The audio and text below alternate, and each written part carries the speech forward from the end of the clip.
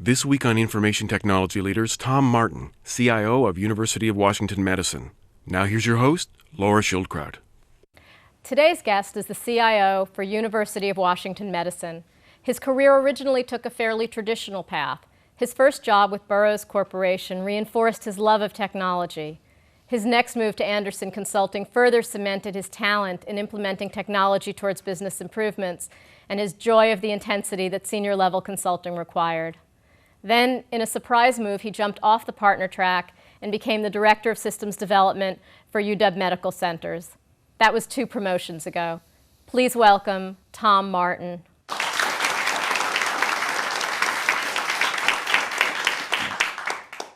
So where were you born? Here in Seattle. Yeah? Swedish hospital. Mm-hmm. How old were your parents when you were born? My dad was 22, my mom was 21. Dad was a junior at UW. Mm-hmm. And now that you're a parent, how do you think your parents' youth affected the way you were raised?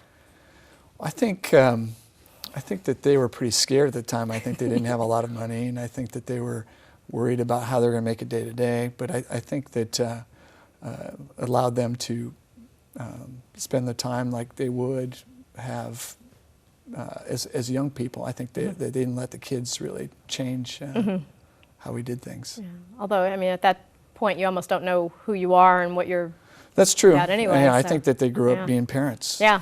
Pretty much. Pretty much. Well, when you were fairly young, they relocated.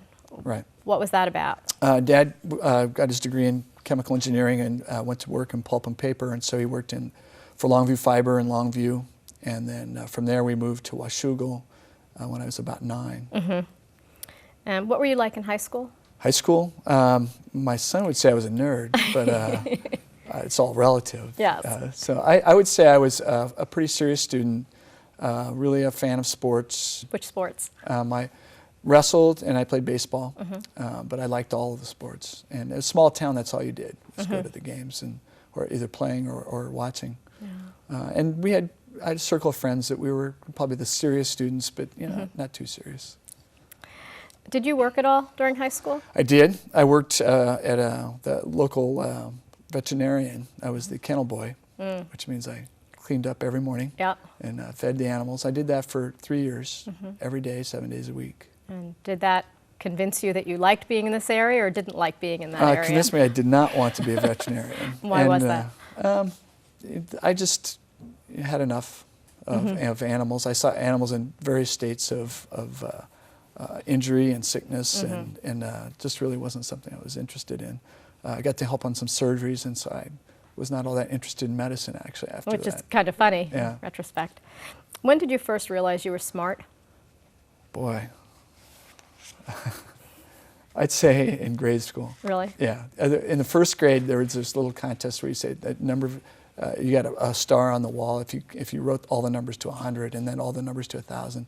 And so I was competing with this other kid, and I said, well, this other nerdy child. Yeah, we're the smart ones. And so that's when you knew? Yeah. How did you approach the decision regarding where to go to college? It was an interesting question. Small school, there's not a lot of help from a counseling perspective. And so the big place to go is the university. The second alternative is Washington State. And then the counselors said, well, why don't you look at University of Portland, small school, you might like it there. And so I went and visited. And so I applied to the U. It had been accepted. It had been accepted to Washington State. But I said, well, I'd never really heard of this place. But I visited, and it intrigued me. The size was nice, only 3,000 students. Yeah, you said that you thought you'd do better at a small school. Why? I was pretty shy. I'd say that was the biggest reason. I would say that also coming from a small environment, it seemed to fit better. The admissions counselor actually, greeted you when you came to visit and took me out. So it felt like a really personal touch. That when I visited the university, I was one of 5,000 or 6,000 other people. Yeah. With the luxury of hindsight, do you think you made the right decision regarding where to go to school? Sure. Yeah. I mean, I've made a lot of lifetime connections and friends, and it kicked off career-wise, got me what I needed, and so yeah, I'm really happy with the decision. In which academic areas did you focus? I got a scholarship to be part of the business school So I got a degree in management, and then I also, because my father was an engineer, I thought that I wanted to be an engineer also, and so I thought I'd get 2 degrees, one in engineering and in business, and I realized it would take me an extra year, so I cut back on the primarily the science part of the engineering degree and got a math degree. And is there a reason you didn't want to do that extra year? I thought I couldn't afford it. I thought I was going to be tired of school by then. So those are the reasons. Did you work during college? I did. I didn't my first year. In the summers, I would go back and work in the paper mill, where actually 2 years at a woolen mill and 2 years at a paper mill. And then during school, I was on security one year, and then I was a resident assistant for 2 years. When you were working in the more manual area, it's kind of easy to look at that and say that it was all about just earning money, but you said that you learned a lot from that experience. What are some of the things you took away from that? 2 things. One is from an engineering perspective, you start figuring out better ways to do things, and you start understanding why things are the way they are, from why this process happens before this process, and why. And then sometimes you actually say, well, why is it that way? And there might be better ways of doing things. And so from an engineering perspective, it was good. The other is an appreciation for the dynamic between management and labor. Both shops were union shops, and I was at that time part of the union, and got a perspective of, okay, what's it like to be part of a union? What's a grievance? What are the elements of a labor contract? And what are the things you did to make management happy and to make them unhappy? And what sorts of tensions that brought in.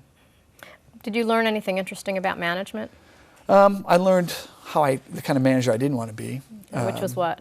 Someone who was autocratic and who didn't really engage the team or the staff that they were working with. They were just giving orders and were in a condescending way. Or I liked the guys that were, or the people I worked for that were trying to teach. This is why we do it this way. Here's what I'm expecting of you. I'll check on you later. And you really did take that forward. I did. To Absolutely. Your current management style. Yeah, most definitely. So you talked about being an RA, a resident assistant. Right. What did you like about that responsibility, and what did you dislike about it? As an RA, I think the part that I liked was it forced me to come out of my shell a little bit more. So it forced me to work on some things that were not necessarily strengths of mine. The other part was it was fun. I mean, it was it's just, you worked in your. You lived where you worked, and so it was there.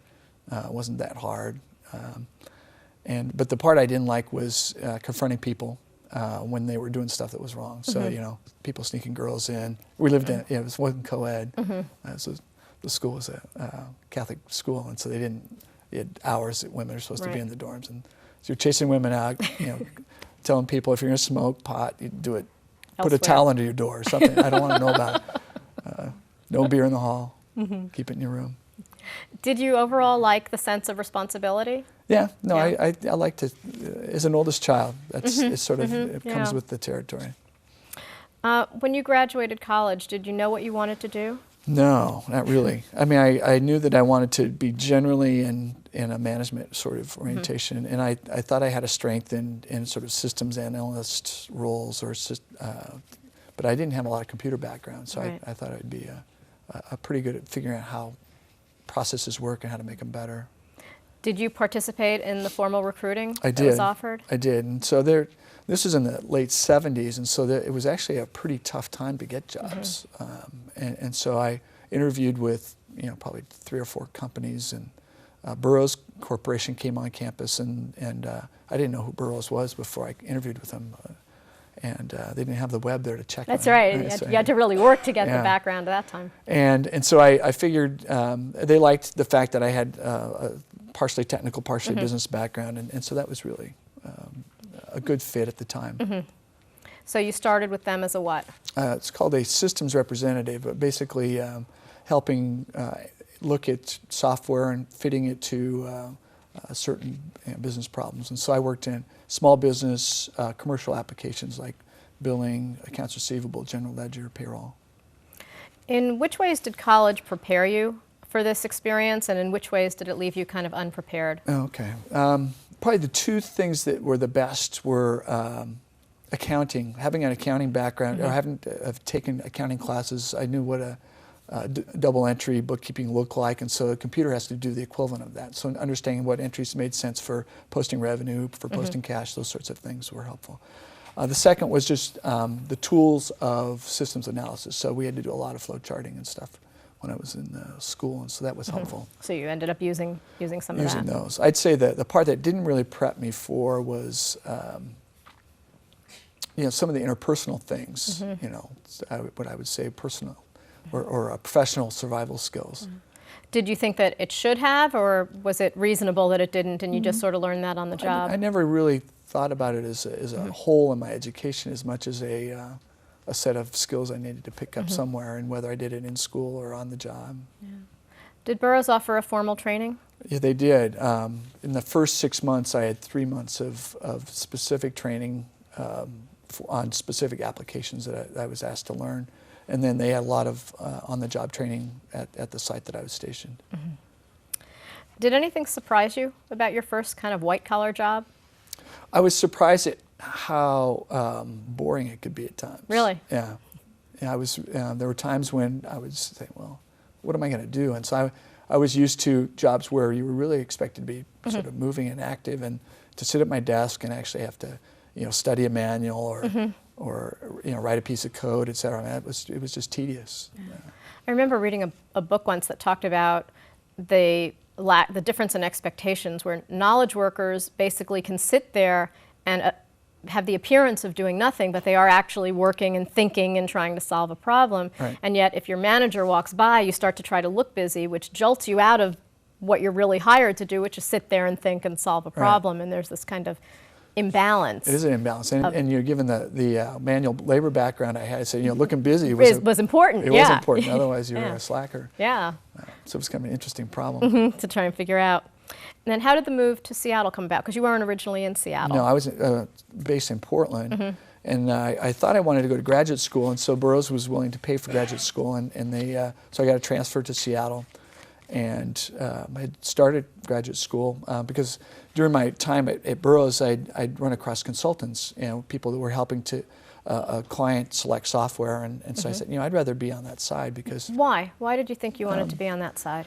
Because you had to pick the best answer as opposed to trying to push an answer that maybe didn't fit very well, and that was a better place to be. And so I'd rather find the best answer for that particular person or situation. So you decided to start going to grad school? I did. I thought I needed a master's degree, and so I went a quarter, and then a consultant that I had actually worked with at Burroughs said, I asked him about the job and what it's like, and then he came back 3 months later and said, what do you think about coming to work for Arthur Young? I said, well, he wanted me to come back to Portland. I said, I just moved to Seattle, and maybe I would, maybe I wouldn't. But at the time, I said, well, maybe I'll just test the market. So I applied at Arthur Andersen at the time, and they made me an offer in Seattle. So I decided to stay there. To do that. Why didn't you continue with the education? At the time, the expectation was I'd be working really hard at Andersen, and I didn't really say that I didn't think at the time I wouldn't go back, but I didn't need the master's degree to get the job specifically. And then once I was there for a few years, it really didn't make sense to go back to school. Just too disruptive. Too disruptive. I was actually getting a lot of training there, and really, I would call it an MBA by fire. So. Why did you accept the Andersen Consulting offer rather than Arthur Young? Was it just a matter of place? Primarily place, but I think also the training.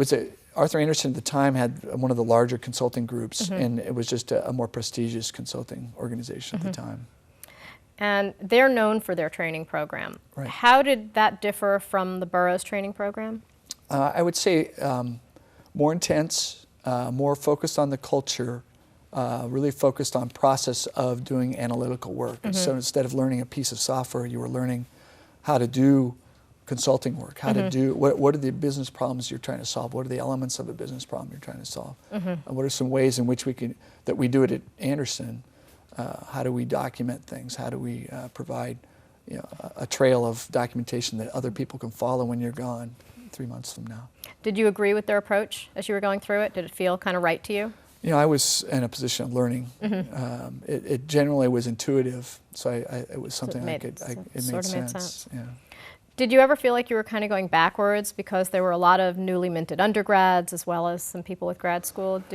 I'd only been working a couple years, so age-wise, it was roughly a peer group. And if a lot of the guys were coming out with, people were coming out with MBAs who were exactly the same age. In fact, the one differentiation I had was that I was more technical because I'd worked for a computer company. I actually had a leg up on a lot of folks technically. So I sort of took a niche my first 5 years or so with Andersen as a technical person, and more so than a lot of the folks that came out with sort of general business backgrounds. Do you remember your first project?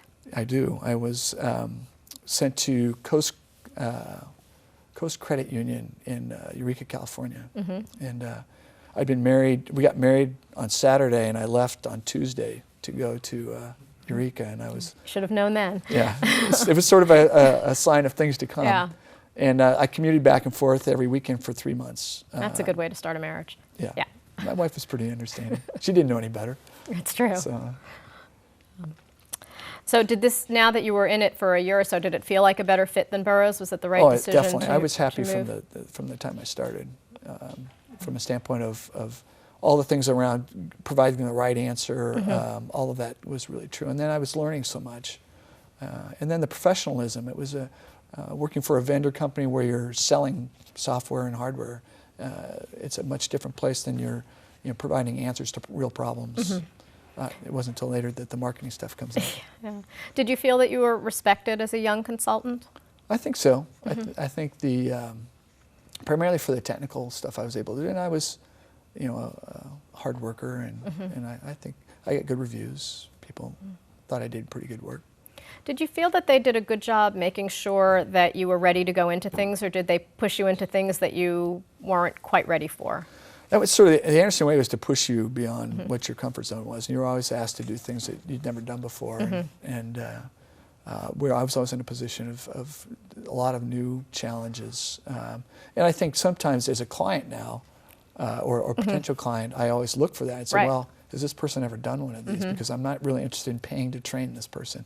So I always wonder about the clients, whether they got the value for the work in the end, because it might have taken a little longer than it would have had you had a more experienced person. But it never came up.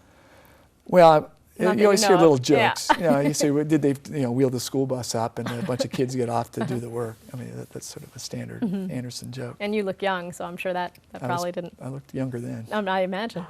So overall, what did you really like about the job, and what did you dislike about it? What I really liked was it was a lot of variety. New things, a lot of challenges, hard problems to be solved. The hard part was you worked really hard, and I was away from my wife at the time, and for varying periods of time, and that was always hard. And I didn't have as much balance in my life. Yeah. And how did you handle the travel? Well, just like everybody else, you tended to work more, and so you basically fill your days with work, and then when you're home, you try and avoid as much of the work as you can, trying to achieve the things you're trying to achieve at home, and spend your time at home wisely, which is hard because you're tired, and you're tired of eating in restaurants, so you don't want to go out, that sort of stuff. And I'll bet that the work kind of hangs over your head. I mean, as much as you're trying to let it go, there's probably part of you that says, oh, if I could just get this one thing written, then I'll be able to relax. Yeah. Oh, there's that all the time. Yeah, that never goes away. The tendencies to want to be doing, I don't know what I've done if I had email back then, because I could have been on all the time. Right. How did the move to Mississippi come about?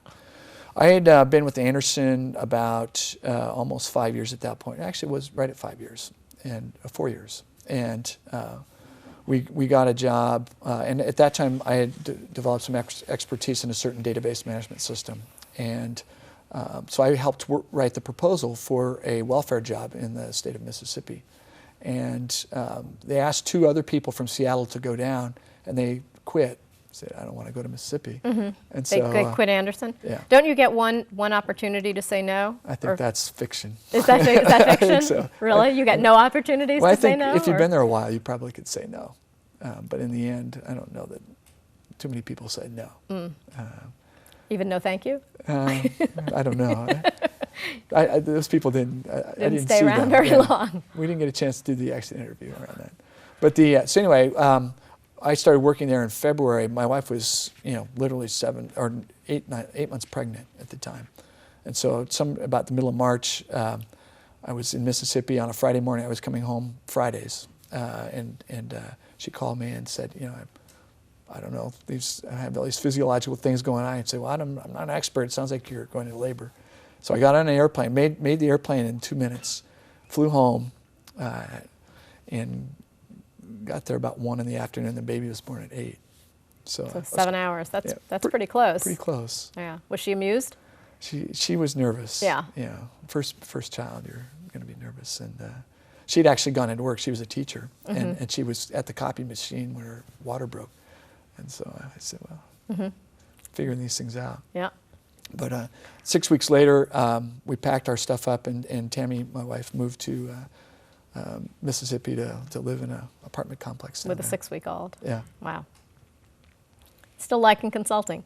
So far, Yeah. Each job gets better and better, as So I was the number 2 guy on that job, and that was a great job, for learning things. So, What was the project specifically? it was to do the welfare system for the state of Mississippi. So it was a transfer of a piece of software from North Dakota, in which we then had to customize for the state of Mississippi. The federal government at that point was paying 90 cents on the dollar to transfer these systems around. And so it was a good time for Mississippi to do that. And so I went down as the technical lead and had a team of programmers and developers. So during this time, you were promoted to manager. Right. How did that sort of change your day-to-day activities? Really didn't change. I was doing managerial work before that. So it changes your prestige within the firm. You get access to a secretary, though I was out of town, so it really didn't matter. Just someone who can answer the phone and say you're out of town. That's right. Yeah. And so the basic thing was you stop getting paid for overtime, so there's some things there. You start controlling your OT a little bit. But the biggest thing was that your respect within the firm has changed, and so you're expected to have certain ways of doing things, and you're part of now the process of promoting other people. Right. So you're just included in more of the firm's processes. I remember when I was working at Chemical Bank and I was promoted to an officer, and an old friend who had been an officer for years had called me and said, congratulations, you're now a member of the official staff, you can now be fired at any time. Right. Because before you're an officer, they have to give you all these warnings and write-ups and everything else, and once you become an officer, they can just say, don't go away mad, just go away. Just go away. Yeah. Yeah. So all these advantages, right? Right. Like no more overtime. So looking back at that, what are the skills that you think you exhibited that made you manager material? I think a couple of things. One is I was strong technically, so there was always a need for people who understood large-scale technical problems. The second thing was I was a good team leader. I think that the teams that I led were, they were productive. People liked working with me, and I think I showed the skills that it needed to manage projects, so I could manage to a budget, to a work plan. That's a big part of what a manager at Andersen did. And what was your next project? The next project was another welfare project. So now you're like the welfare guy. Right, yeah, I've done one, now I'm an expert. Right. And I was there 2 years, so you learn a lot. And so I moved back to Seattle, and within 30 days or so, they asked me to move to Sacramento and to help promote State of California, a welfare pilot there in Merced County. And what was interesting about that project was we were going to do it on PCs. So this was 1988, so PCs were still relatively new. We were running 286s. I mean, for real stuff. Yeah. 386 had just come out, were considered new. We were going to use client server as an architecture, which really hadn't been done, and we were going to use artificial intelligence to do the welfare eligibility rules for which in California there was 9,000 rules. It's a pretty big leap. Yeah. In a lot of different ways. A lot of ways. Creates a lot of risk, doesn't it? It was a high-risk project. Yes, it was. Did you know up front that it was a high-risk project? We did, but probably not as high. I don't think we had the appreciation for how great a risk it was. And particularly, we took a fixed-price bid on it, which was interesting. I teach a project management class every once in a while, and one of the things I talk about is what are the elements that go into a fixed-price bid. And one of them is to fix the scope, Well, in this case, the scope was not very well fixed because of the unknowns around the technology.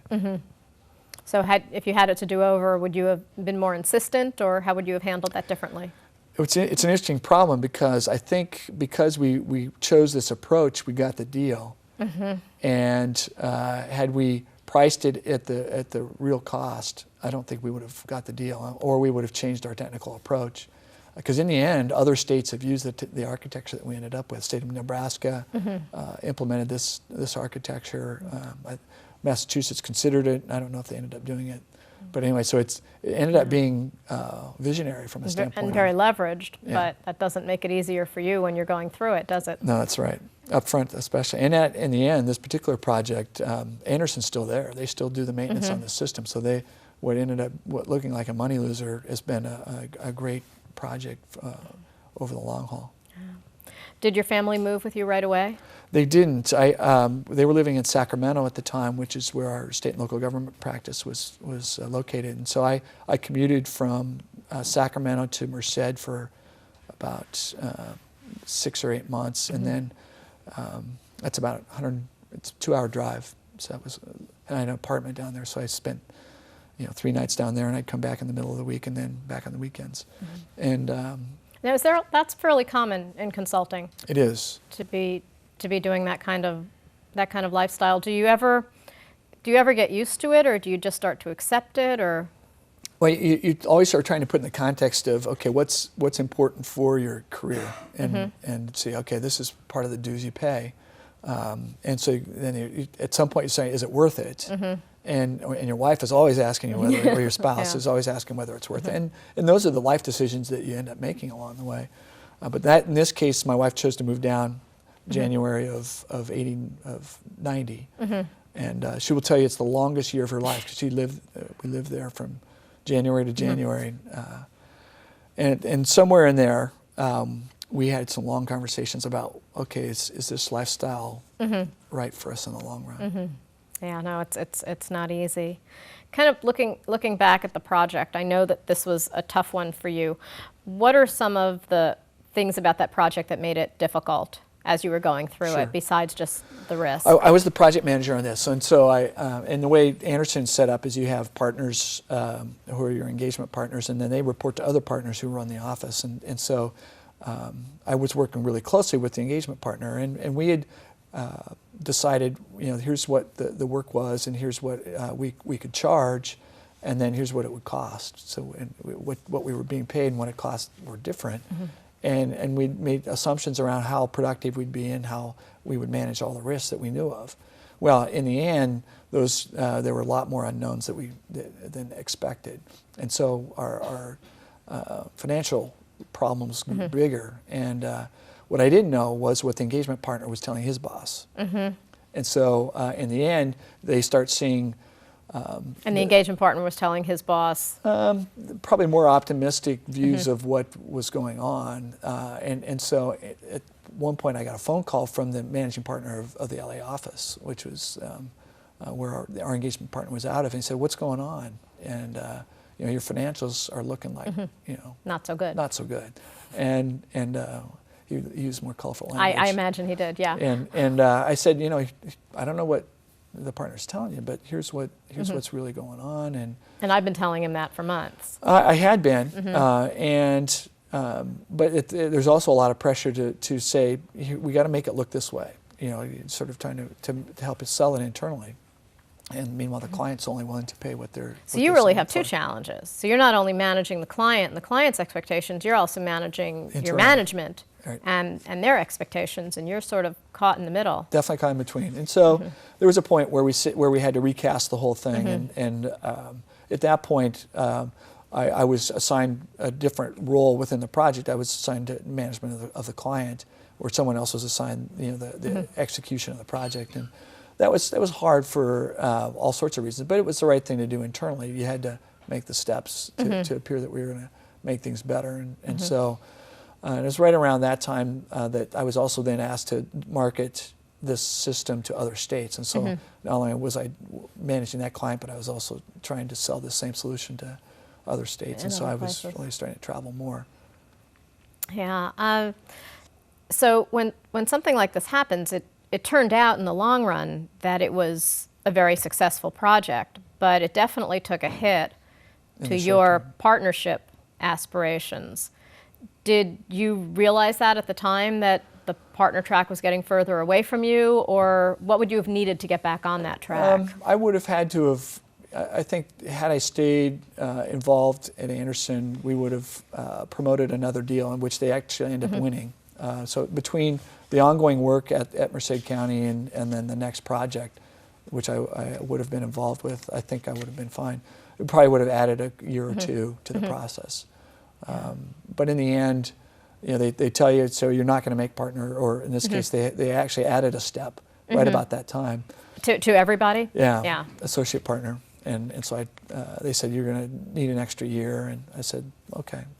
At that point, I was already starting to evaluate my choices around, maybe this isn't the thing I want to be doing anymore. So it seemed like at this point, you were asking questions and your wife was really asking questions. That's definitely true. What did you decide to do?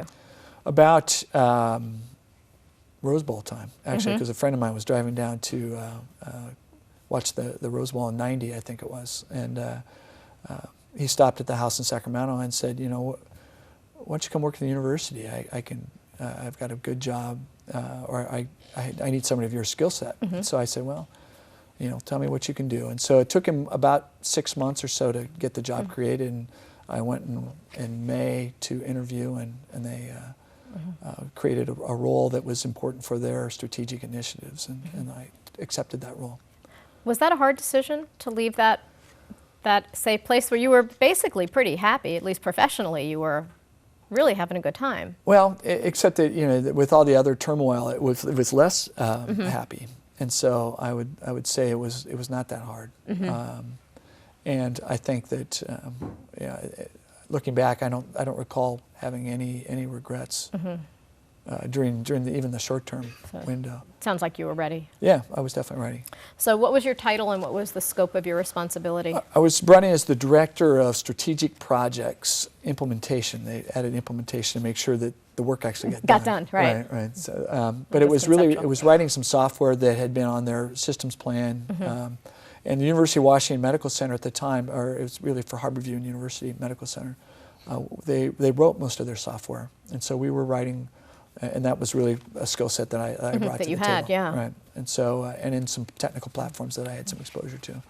So we were writing software for admit, discharge, transfer, and registration was the first project I was brought in for. And that's probably getting less and less common to have somebody at that senior managerial level who's also as technical. Yeah, I would say so. As you are. So that kind of puts you in a positively unique situation. Right. And to be able to do that. Eventually you start becoming less technical. Right. Yeah, you got to let it go. Right. So after 9 years as a consultant, and you sort of define yourself as a recovering workaholic, right. What are some of the traits you needed to bring with you from consulting to be successful? And in this new environment, what are some of the traits that you absolutely needed to leave behind? That's a good question. I think the biggest thing you bring with it is a business orientation. You're doing technology to solve a problem. So what's the problem you're trying to solve? Look at things from the client's viewpoint, trying to provide service from the client's viewpoint. So those were things that have served me well, that I brought with me. The longer, from a standpoint of things that probably needed to be adjusted, I guess the third would be project orientation. Being able to identify and package things into a project. The part that probably didn't fit so well was thinking about, in this project orientation, your endpoint was the completion of the project. Once you're in an employment situation, your long-term situation is the next project and the next project, and the staff used to execute on all of those. So it's really the long haul that needs to be viewed, not just the individual projects. Anything in terms of personality and temperament, or did that kind of fit right in? Well, actually, it was interesting. My temperament is pretty low key, and it fit well with working in state and local government, which you're sort of dealing with bureaucratic situations. And coming to the university had some of those attributes, but. So it was, from a temperament perspective, wasn't an issue. But I think one of the things was just not pushing so hard to focus solely on the project alone. Right. You needed to bring some balance to that. Yeah. So healthcare as an industry has sort of lagged behind a lot of other industries in terms of embracing technology and automating things. And some of the advantages of that is that there's so much opportunity, but I think the disadvantage to that is I imagine that internally there's kind of a lot of resistance to it, or it may have been pushed sooner. How did you start managing projects to overcome some of that resistance? Because the resistance is what can kill a project almost more than any other issue. Right. One of the things I learned at Andersen was the need for sponsorship, and so it comes back to why are you doing these systems? What problem are you trying to solve? And then getting all the stakeholders in place that are going to be influenced by the outcome. And basically, the stakeholders have to own the outcome of that particular project. And so getting them involved early, getting agreement as to what success is defined as, involving them along the way and making core decisions so that it's really seen as a joint project, IT and the user community involved. And so that increases the level of acceptance a lot. But that sounds like something that you would kind of do in any environment. Is it just that you needed to do it more so, or? I would say the difference in a healthcare environment is that there's a broader range of constituents. So you have the people to support the administration of the hospital. You have the physician groups. You have a really powerful nursing component, all of which have different views. And I would say that healthcare is a very complex industry, and so the problems are really hard. They're not simple invoicing, accounts receivable sorts of problems. They're really complex, and the information sets are complex. Within about 3 months of your having started, you received a really attractive offer from Microsoft. Was staying at the U an easy decision? Took me about 2 weeks to sort that out. In the end, though, Rob Muhlenberg, who was the CEO at the hospital, reminded me of why I came to the university. And because it was clear that the Microsoft job was definitely a churn and burn sort of situation, and very lucrative. All the options would have been wonderful, and I stopped counting what they would have been worth today. You got to delete the spreadsheet. You have to do it. Yeah. But in the end, my wife knew that I would have gone back to the old way of doing things, and so she said, and with Rob's advice, she said, I'm going to turn this job down. Yeah. And in retrospect, are you glad that you didn't take the job? Oh, definitely so. I mean, it's lots of situations you put yourself in life, and you just want to be in a position of saying, okay, do I wish I would have worked harder during that period of time? And not at all. So I was able to achieve the level of balance that was really important for me. That you really needed to do. Yeah. Tell us about your 1995 web project. We had been building a repository of clinical data, and so the goal of IT at that point was to be able to create an electronic medical record. And so the first step in that was a repository where you put all the clinical results related to a patient. And so but one of the problems we were trying to figure out is how to deliver this in a heterogeneous environment. I don't know if you're familiar with the university environment. You have to support Macintoshes, at the time, X terminals, and PCs. And so what sort of tool can you use to deliver software or deliver functionality? And so at the time, it was actually somebody from campus computing and communications suggested we look at this thing called the web. And it was really new. It was new then. Very new. And we said, this has possibilities. And so we started writing web front ends to the repository, and started very slowly moving it out to physicians and the clinical community. And today it's core to the operation. Over 6,000 people use it each day. That must have been a really exciting, it was very exciting project. Yeah, it was very exciting and really cutting edge.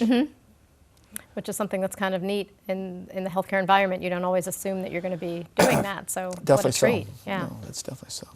So after about 6 years, the CIO left, and you were sort of considered the obvious person for the role. Why did you suggest that they have an open competition? Whenever you're in a position where you're being asked to take on new responsibility, you want to make sure there's no regrets. And so I said, if you really, I think you should do an open competition, figure out if there's somebody else out there that might be a better fit. And you don't get these opportunities very often. And so they considered that, the leaders of the medical centers, and chose to go ahead and just appoint me into the role. And how did this job differ from your prior job? Well, before I was really dealing with projects only, and at this point I had to deal with infrastructure, network, all the server support. I was not really too exposed to the budgetary components. I was really, I had to deal with that. So it's, the level of senior level exposure was greater, though I had a fair amount before, but it was really broader. Closer to the sun. Right. Yep. Definitely true. And you focused a lot on the concept of becoming paperless. Why is that so important in this environment? A couple of things. One is, not being a physician, I only can tell you what the physicians tell me, but basically when you're dealing with a paper chart, you can't see critical information in more than one place at a time. You're only as good as where the chart is.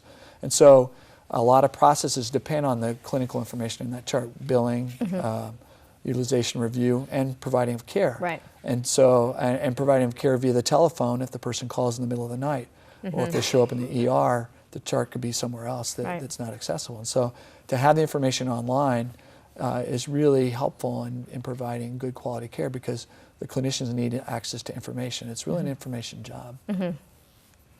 And you'd also talked about how when you started they were doing mostly building, but you started to bring in the build versus buy question. Why was it starting to look like buying was making more sense?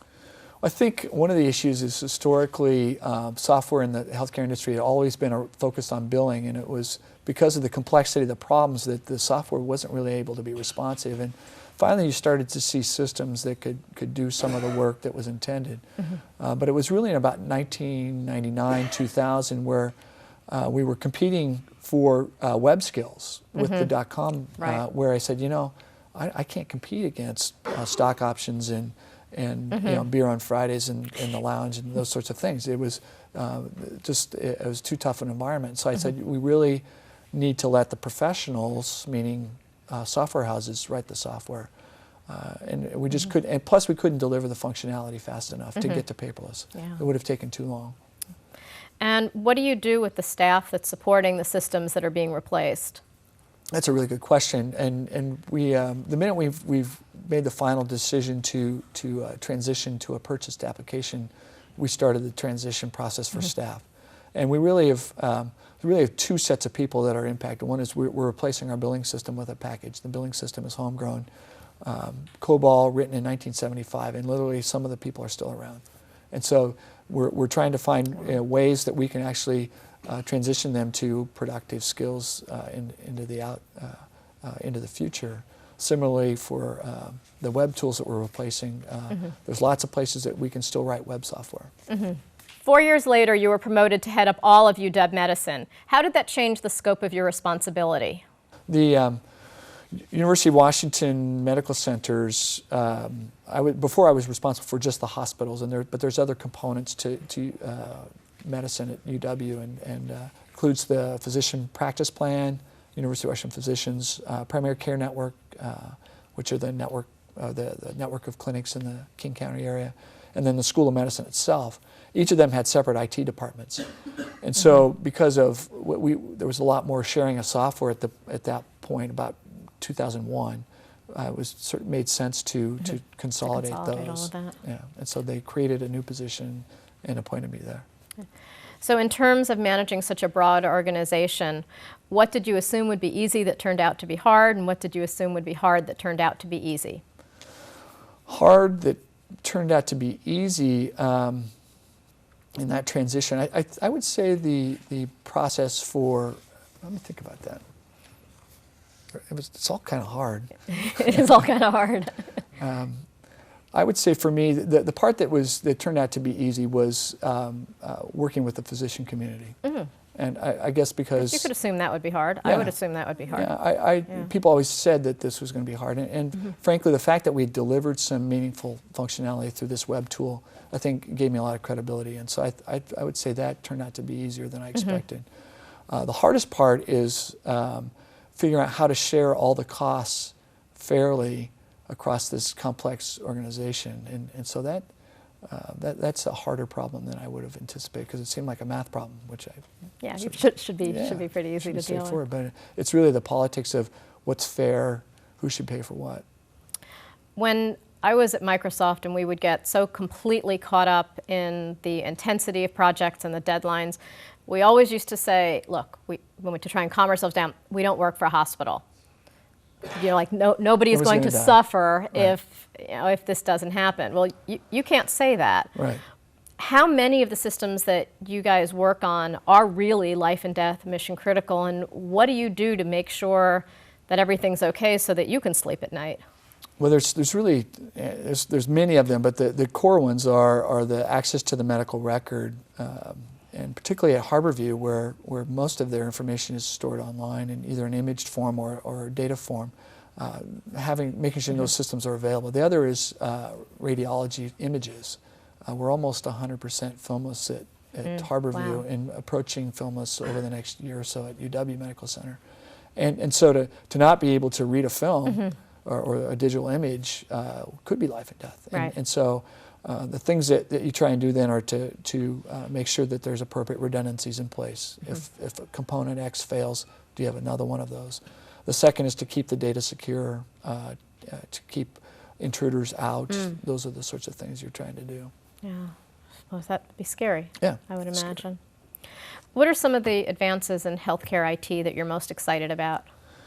I would say two, actually three. One is mobility, the ability to provide a physician information on a device that's with them as they go about their day. Going with that would be wireless, so you're not tethered to a fixed device. And then I would say generally the use of the web to provide information to patients. I think that's an exciting, because I think that as consumers gain more control over their healthcare dollar, they're going to want to be more involved in their care. And we have a whole generation now of people that are really involved with consumer-oriented viewpoints, and so that really needs to apply to them. And they're not going to accept we get to see this information and you don't. Right. The paternalistic view of medicine is really changing, and I think the physicians would all agree with that. Yeah. How would you describe your management style? I would say I'm pretty much a easygoing person from a standpoint of interaction with staff. I would say I'm approachable. I would say that I'm focused on getting the job done. I'm not a real touchy-feely person, but I am approachable from that perspective. Style-wise, I tend to provide general direction and let people go with it, and then I'll ask for checkpoints along the way and try and set those up ahead of time. Is the concept of being participatory pretty important to you? Very much so. People have to own the decisions we're making, and whether it's with customers or it's with our staff. If there's things have turned bad if I get autocratic, and I will if I need to. There's a point where you say, okay, this is where we have to go. Yeah. Tell us about your attachment to your whiteboard. Okay. I have a whiteboard in my office that I write down all the key things that are important to me. It's actually, I'm weaning myself. Are you? Yeah, I've got a Palm or an iPad that I'm putting all that stuff on, but you don't trust it. Not yet. and even though I can sync up with my PC and I have a backup, my whiteboard is still there with all of the important projects that I track, and I use it as a mental tickler. I imagine it's also, I know that your office has a lot of glass around it. I imagine it's also pretty important for other people to be able to see what you think is important. It is an interesting And I think there's a component to that that you don't get from a little palmy thing. No, that's true. So I'll have to think about that before you completely I'll have to get my own give it display up. projector and display it up. Yeah, let me know if you get the budget approved for that. Yeah, right. Do you think you're a better manager or a leader? I would say I'm more of a leader. Why is that? My tolerance for the details has started to wane, and so a manager tends to have to be a more of a detailed person than I'm. And the other reason the whiteboard's important is I'm a synthesizer, so I'll take. I like to draw pictures of concepts and of how it could be, and so I think that's basically how I like to operate as well. What area of running an IT business do you find to be the most challenging? Boy, I would say there's really two. One is staying up on the technology. The second is applying it correctly to the problems, finding the right fit for the technology. I'd say those, and then trying to justify IT as an expenditure versus buying beds or buying a CT scanner, Right. and making sure that it's the right decision for the hospitals. Because you are making capital, All major the time. capital decisions. We're the, us and radiology are sort of neck and neck as far as capital expenditure, and I want to make sure that the next dollar we spend as a medical center is on the next most important thing. Right. And so being a business person is my first job. Right. And helping the clinical enterprise achieve its goals. And that's probably, that's the approach that's helped you to be so successful. I hope is that so. kind of attitude. Yeah, I think it helps. That kind of approach. So regarding work-life balance, do you find you're doing a better job of that now than you did when much you were in better. consulting? Yeah, much better. Yeah. Is that a function of the different industry, or are you just getting better at it? Well, I'm sure it's some of both. I mean, one is you have to make a conscious decision that this is important to you. And the other is the university environment has helped me that way.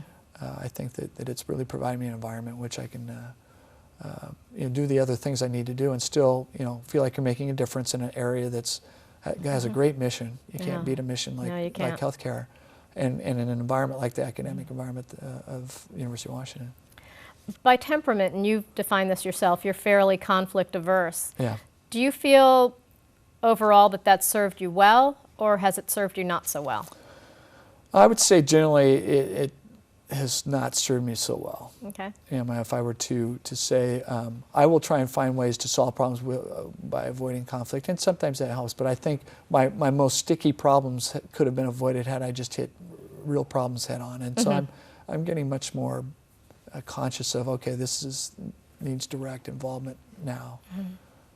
Do you find that as your career has progressed and you've matured, you've become better at listening to your instincts? Much better, actually. And so knowing instinctively when to confront conflict is the one I'm becoming much better at. And actually over the last couple of years it's gotten exercised a lot. I don't know if I'm that much better at it. But practice. Yeah, I'm certainly practicing. What are some of the characteristics that you look for when you're hiring people, particularly in like a freshly minted undergrad or graduate student? What are some of the things you want to see in them? I would say, first of all, someone who shows the capacity to learn. I think this is people with bandwidth. I would say also someone who has some flexibility, someone who doesn't need, and some of this comes with, it's hard to see in an undergrad, but ultimately you want someone who is flexible, who doesn't need to have it all laid out for them, and some ability to work with that, a lot of specific direction. And then finally, I think someone has communication skills, who can deal with good customer service, listening well, really hearing what the customer wants. Those are really important skills. We'll take questions from the audience right after this. The University of Washington Business School, located in Seattle, Washington, ranks among the top business schools in the United States. Information Technology Leaders is one of the many ways the UW Business School forges partnerships and reaches out beyond the university. For more information about the University of Washington Business School or Information Technology Leaders, visit informationtechnologyleaders.com. Having managed in the business sector and now currently managing in the healthcare industry, what do you feel is the biggest difference between the two environments? I would say healthcare is really not that different from a standpoint of the business environment, because the university medical centers really make it on their own financial bottom line, so they have to run it as a business. So it's not really a state institution. So I would say it's run as a business. In fact, if you were to look at all the key players, most of them have worked in some sort of private sector business background. So I think it actually is successful because it's run by people with an eye towards fiscal viability, as well as balancing it with the mission. I'd like to close with a quote from someone that Tom's worked with for a while. Tom is best known for his ability to look past conventional wisdom in healthcare IT and instead come up with his own ideas. That's a crucial difference between him and the pack. He adds 3 key things to that talent. First, he has an in-depth understanding of how the School of Medicine works. He understands the political, cultural, and technical landscape. Second, he maintains a technical background to prevent getting snowed by the tech guys. And finally, he has a unique way of articulating issues and problems and is very facilitative. He truly understands that different people bring different skills to the table, and he works to leverage those to meet objectives and always deliver results. Tom is a genuinely first-class person who is highly respected by everyone with whom he has contact.